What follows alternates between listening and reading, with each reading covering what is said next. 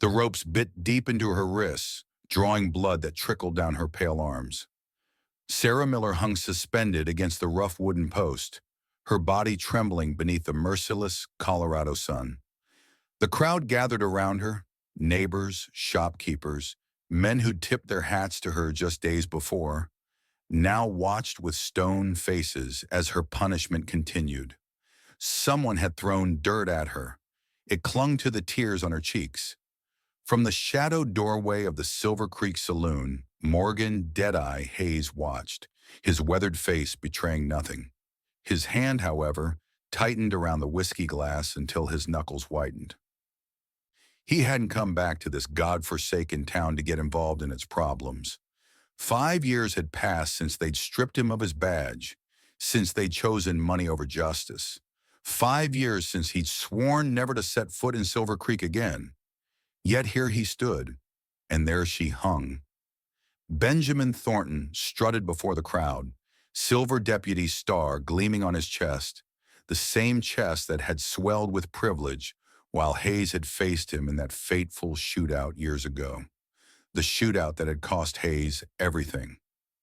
"Let this be a lesson," Benjamin shouted, gesturing toward Sarah with a theatrical sweep of his arm. "Thieves will face justice in Silver Creek." Hayes drained his whiskey, the familiar burn nothing compared to the fire igniting in his gut. This wasn't justice. This was something else entirely. His Colt Model 1873 rested against his hip, the walnut grip worn smooth from years of use. 45 caliber, 7 rounds, accurate up to 50 yards in his hands. In the war between the states, they'd called him Deadeye for a reason. He'd put down 27 Confederate soldiers at Antietam alone. He didn't miss, not when it mattered. It had been a long time since anything had mattered. Benjamin slapped Sarah hard across the face, and something cold and dangerous clicked into place inside Hayes's chest. Before he realized what he was doing, he was moving across the dusty street, boots crunching on the hard-packed earth. "That's enough," Hayes said, his voice carrying the quiet authority that had once made criminals surrender without a fight. The crowd parted. Benjamin turned, confusion giving way to recognition, then to poorly concealed fear. "Well, well, if it ain't the disgraced sheriff himself." Benjamin's hand hovered near his pistol. "This isn't your business, Hayes. Keep walking." Hayes didn't blink, didn't flinch. The crowd's murmuring faded as he closed the distance. "I said that's enough." With one swift movement, he drew the hunting knife from his belt. Benjamin reached for his gun, but froze when Hayes leveled a gaze at him that had sent braver men running. Hayes stepped past him as if he were nothing more than a fence post and cut Sarah's bonds with 2 precise slices. She collapsed against him, her body light as kindling in his arms. Close up, he could see the bruises flowering beneath the dirt on her face, could smell the copper tang of blood from her split lip. "You're interfering with the law," Benjamin's voice cracked like an adolescent's. "She stole my father's prize stallion." Hayes turned slowly, Sarah still supported against his chest. "That's so." He held Benjamin's gaze. "Then why is your knife—" He nodded toward the blade fallen in the dirt, its handle bearing the distinctive BT carving. "Found at the scene of the crime?" The crowd's murmurs grew louder. Benjamin's face contorted with rage. He drew his pistol with unpracticed speed. But Hayes had been drawing against better men for decades. His Colt cleared leather in a blur that defied his 47 years. He didn't fire, not yet, but the black eye of the barrel fixed on Benjamin's forehead spoke volumes. "I wouldn't," Hayes said. What happened next unfolded like a choreographed dance of violence. Benjamin's 2 deputies stepped forward, hands dropping to their weapons. The crowd scattered. A thunderous blast split the air, but it wasn't from Hayes's gun. James "Shotgun" Walker stood at the edge of the square, his Greener 10 gauge still smoking. The shot had torn up the dirt at the deputies' feet, stopping them cold. "Next one's center mass," Walker called. his deep voice carrying the same hard edge that Hayes recognized from men who'd seen too much war. Benjamin's eyes darted between Hayes and Walker, calculating his odds. They weren't good.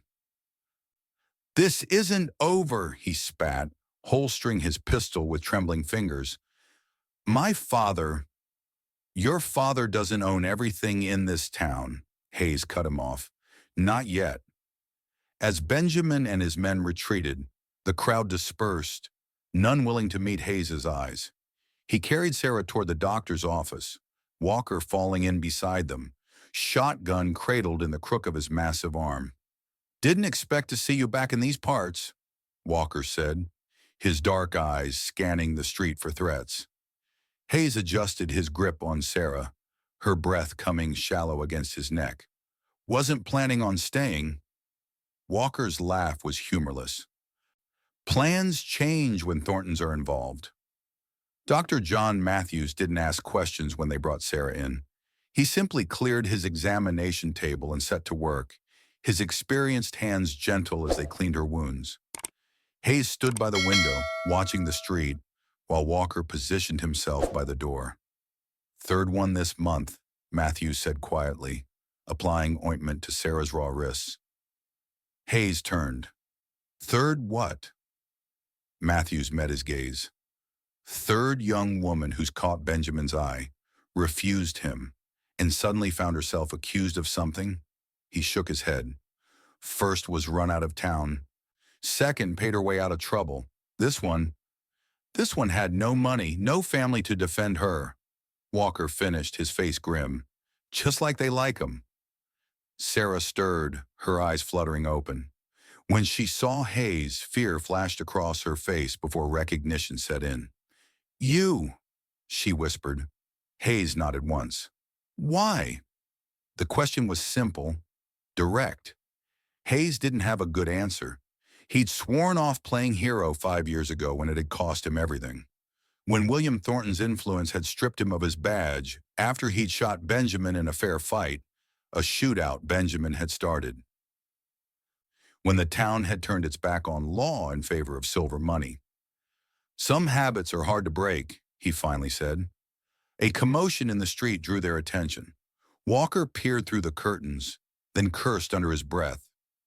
"William Thornton himself," he reported, "with that puppet Sheriff Collins and about 10 hired guns." Hayes's jaw tightened. He checked his Colt, 5 rounds remaining, plus the 12 shells in his gun belt. Not enough if it came to a full fight. Matthews moved to a cabinet, unlocking it to reveal a Henry repeating rifle and boxes of ammunition.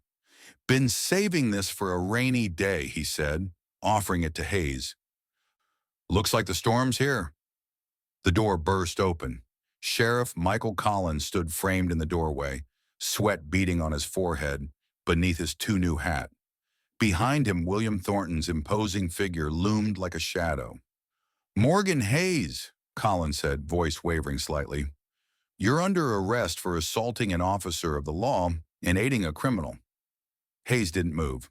"That what we're calling justice these days, Collins." William stepped forward, his silver hair catching the light, his tailored suit out of place in the dusty doctor's office. "Justice is whatever I say it is in Silver Creek." His cold eyes fixed on Hayes. "You should have stayed gone." "Probably," Hayes agreed, fingers inches from his Colt. "But I never was much good at running from bullies." The tension in the room stretched taut as a bowstring. Then Sarah spoke, her voice stronger than seemed possible given her condition. "Benjamin tried to force himself on me," she said clearly. "When I fought him off, he swore I'd pay. Next thing I know, I'm accused of stealing a horse I've never touched." Her eyes burned with a fierce dignity. "That's the kind of justice the Thorntons bring." William's face darkened. "The word of a shop girl against my son? Against the most powerful family in 3 counties? He laughed, the sound like gravel. "Collins, do your duty." The sheriff hesitated, his hand hovering near his gun. Hayes recognized the look of a man caught between fear and conscience.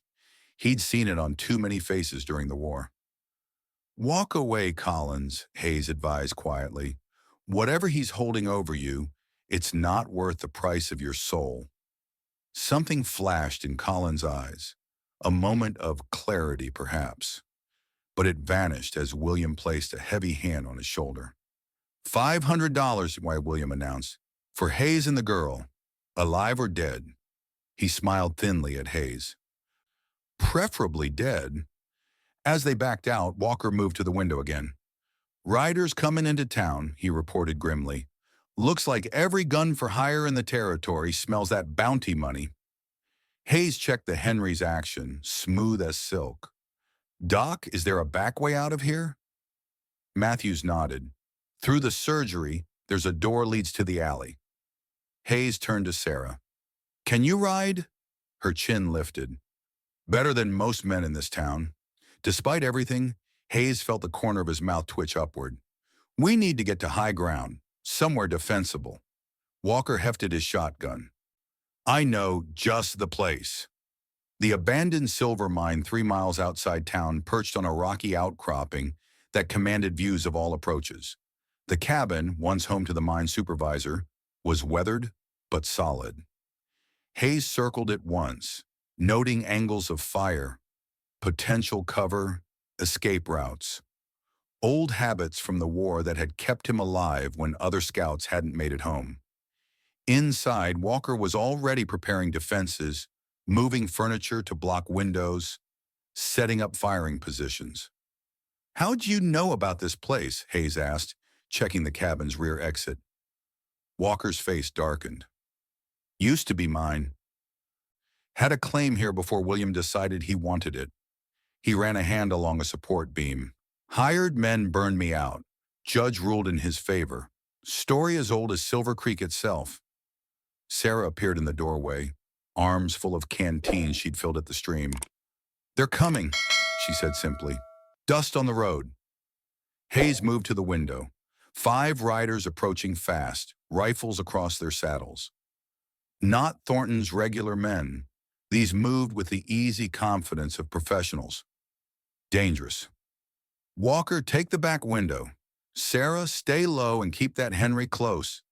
Hayes checked his Colt one final time. They'll try to rush us before sundown. The minutes stretched like hours as the riders approached, split up, began circling the cabin. Hayes watched them through a crack in the boards, recognizing their tactics. Military training. Probably Confederate veterans turned mercenary after the war. There were plenty who'd never accepted surrender. The first shot came as the sun touched the western peaks, a rifle crack that sent splinters flying from the doorframe. Hayes ducked, then returned fire through the window, his first shot catching a gunman in the shoulder, spinning him off his horse. Then hell erupted around them. Bullets tore through the thin walls. Walker's shotgun boomed twice, and a scream told Hayes at least one shot had found its mark. He fired methodically, each shot deliberate, conserving ammunition. 3 minutes in, the attack paused. Hayes used the moment to move to another position, glass crunching under his boots. They're trying to flank us, Walker called, his voice tight. Blood stained his sleeve where a bullet had grazed him. A movement caught Hayes' eye, a gunman sprinting for the back door. His Colt barked once, and the man went down hard. The silence that followed was almost worse than the gunfire. Hayes could feel them regrouping, planning. Why are you helping me? Sarah asked suddenly, her voice barely above a whisper. She'd positioned herself behind an overturned table, the Henry clutched in white-knuckled hands. Hayes didn't look at her, his eyes scanning for movement outside. Some things a man can't walk away from, even if it gets you killed. Now he did meet her gaze, especially then. A bottle crashed through the window. Not a bottle, Hayes realized with cold clarity. A makeshift bomb, kerosene-soaked rag burning. Get down, he shouted, lunging across the room. He grabbed the bottle and hurled it back through the window in one fluid motion. The explosion outside was followed by screams. Taking advantage of the chaos, Hayes slipped out the back door, moving from shadow to shadow with the silent precision that had earned him commendations during the war. He circled behind the remaining attackers, who were focused on the cabin. The first never knew Hayes was there until the knife slid between his ribs. The second turned just in time to catch Hayes's bullet in his chest. The third threw down his weapon, hands raised. "Don't shoot," he begged. "I surrender." Hayes pressed his Colt against the man's temple. "Talk fast. Who else is coming?" "Everyone," the man gasped. "Thornton's offering 1,000 now, but that ain't the half of it." Hayes tightened his grip. "Explain." "Tonight, William's burning all the land records. Gonna register everything in his name." The words tumbled out. "Been planning it for months. That's why he can't have any trouble now." Hayes considered this information, pieces falling into place. "Get on your horse," he finally said. "Ride east until sunrise. If I see you again, you won't walk away." The man scrambled to obey, not looking back as he galloped into the gathering darkness. Hayes returned to the cabin, where Walker was binding his wound with strips torn from his shirt. "We took down 4, Hayes reported. "1 ran, but there'll be more." "Always are with Thornton money behind it," Walker grimaced. Hayes explained what he'd learned about the land records. Walker's expression hardened. "That's been his game all along," he said. "Take everything, own everyone. No one left to stand against him." Sarah looked between them. "So what do we do?" Hayes checked his ammunition. 3 shells left for the Colt. Maybe 20 for the Henry. Not enough for what he was considering. "We end it," he said simply. "Tonight." Silver Creek lay quiet under the midnight sky, most windows dark. And only the saloon still buzzed with activity, filled with hired guns drinking Thornton's whiskey, waiting for their chance at the bounty. Hayes moved like a ghost through the back streets, years of tracking deserters during the war making his footsteps silent on the packed earth. Walker and Sarah followed, keeping to the shadows. Their destination, the town hall, where land records were kept in the basement safe. According to the captured gunmen, William planned to destroy the originals tonight, replacing them with forged documents that would give him legal ownership of half the county. They were 20 yards from the building when a voice called from the darkness. "Hayes!" All 3 froze, weapons raising. Sheriff Collins stepped into a pool of moonlight, hands conspicuously empty. "You're a hard man to find," Collins said. "Thornton's boys tore up half the countryside looking for you." Hayes kept his Colt trained on the sheriff's chest. "Didn't look hard enough." Collins nodded slowly. "Good thing, too." He hesitated. "I need to show you something."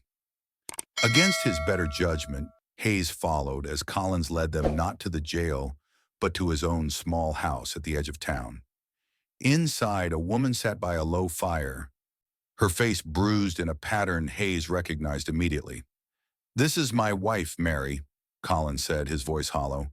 "Benjamin paid her a visit 3 days ago. Said it was a reminder of where my loyalty should lie." Mary Collins looked up, her eyes reflecting firelight and unshed tears. "Michael was going to challenge them," she said softly. "Then this happened." Hayes understood then. The fear, the compromise, the shame that had turned Collins into Thornton's puppet. "I know where the records are," Collins said, "and I know which ones William plans to burn." For the first time since returning to Silver Creek, Hayes felt something like hope stir in his chest. Then let's go get them. The plan was simple in theory. Collins would use his key to enter the town hall, claiming to be checking security. Hayes, Walker, and Sarah would slip in behind him to secure the records before William arrived. Like most simple plans, it went wrong almost immediately. They had just reached the basement when voices echoed from above. William had arrived early, accompanied by Benjamin and 2 guards. Hayes and the others pressed into the shadows of the record room as footsteps descended the stairs. "Foolish to worry," William was saying. "Hayes is likely halfway to Mexico by now." "I want him dead," Benjamin's voice was petulant. "He humiliated me." You do that well enough on your own, William replied coldly. Now focus. Once these records are gone, there'll be no legal challenge to our ownership. Silver Creek will be just the beginning. Hayes caught Walker's eye in the darkness, saw the same grim understanding. This was bigger than Sarah's false accusation, bigger even than the bounty on their heads. This was the future of every man, woman, and child in the county. William approached the safe, the lamplight catching on his silver watch chain as he turned the dial. The metal door swung open with a groan. Benjamin, start sorting. Original deeds in this pile, mining claims here. He began pulling stacks of documents from the safe. By morning, Silver Creek's history will be whatever we say it is. Hayes stepped from the shadows. Colt leveled. Evening, William. The shock on the elder Thornton's face was almost worth the price of admission. Benjamin reached for his gun, but froze when Walker emerged, shotgun aimed at his chest. I wouldn't, Walker rumbled. Collins stepped forward, star gleaming on his chest. William Thornton, you're under arrest for conspiracy to commit fraud. William's face contorted with rage, then smoothed into something more dangerous. Michael, think carefully about what you're doing. His voice was silk over steel. About what could happen to Mary if you make the wrong choice. Hayes saw Collins falter, saw the fear return to his eyes. He can't hurt her anymore, Sarah said, stepping into the light. Not if everyone knows the truth. And who would believe you? Benjamin sneered. A thief? A disgraced lawman? A colored blacksmith? He laughed. This town belongs to us. Not anymore. The new voice came from the stairway. Matthews stood there, and behind him at least a dozen townspeople, shopkeepers, ranchers, women with determined faces. Among them, Hayes recognized faces from his time as sheriff, people he'd protected, people who remembered. We heard everything, Matthews said, and we're done being afraid. What happened next was both chaotic and inevitable. Benjamin, seeing his world collapsing, drew his pistol with a roar of defiance. Hayes fired once, center mass, just as he'd been trained. Benjamin crumpled, eyes wide with disbelief. William lunged not for a weapon, but for the documents, a hidden derringer appearing in his hand. His shot went wild as Collins tackled him, the two men crashing into the safe. When the dust settled, William Thornton lay pinned beneath Collins' knee, blood streaming from his broken nose. The documents were scattered but intact, and Benjamin lay still on the cold stone floor, eyes staring at nothing. It's over, Hayes said, the words carrying the weight of finality. But even as he spoke them, he knew some things never truly end. The scars remain. The memories linger. Justice comes at a price. Dawn broke over Silver Creek, painting the mountains gold and casting long shadows down Main Street. Hayes stood on the boardwalk outside the doctor's office, watching as riders from the territorial capital escorted William Thornton toward a future behind bars. Sarah appeared beside him, her bruises fading, but still visible against her pale skin. They're saying you should take the star again, she said. Be sheriff. Hayes shook his head. That's not my path anymore. Then what is? He considered the question as he watched Collins directing the cleanup, a new confidence in the man's bearing. Watched Walker shaking hands with ranchers who'd never acknowledged him before. There's always another town, Hayes said finally. Always someone else who needs reminding that justice isn't just a word. Sarah studied him. Sounds lonely. It is. He didn't deny it. The war had taken his youth, Thornton had taken his home, and the years between had taken everything else, except his aim, except his sense of what was right. He touched the brim of his hat. Take care of yourself, Miss Miller. She caught his arm as he turned to go, stood on tiptoe, and pressed her lips briefly to his weathered cheek. Thank you, she whispered. Hayes nodded once, not trusting his voice. Then he walked to where his horse waited, swung into the saddle with the ease of long practice, and turned the animal's head toward the distant mountains. Behind him, Silver Creek stirred to life, changed in ways both visible and invisible. Ahead lay open country and an uncertain future. At his hip, the Colt rode easy in its holster, a weight he'd carried so long it had become part of him. Justice had a price. He'd paid it more than once. And somewhere beyond those mountains, he knew someone else would need the kind of justice that came not from law books or courtrooms, but from the steady hand and clear eye of a man who remembered what right looked like, a man they used to call Deadeye. If you want to hear what happens when Hayes rides into the mining town of Broken Ridge, where a corrupt banker is foreclosing on honest families, subscribe to our channel and hit the notification bell, because justice never sleeps in the West, and neither do the men who deliver it.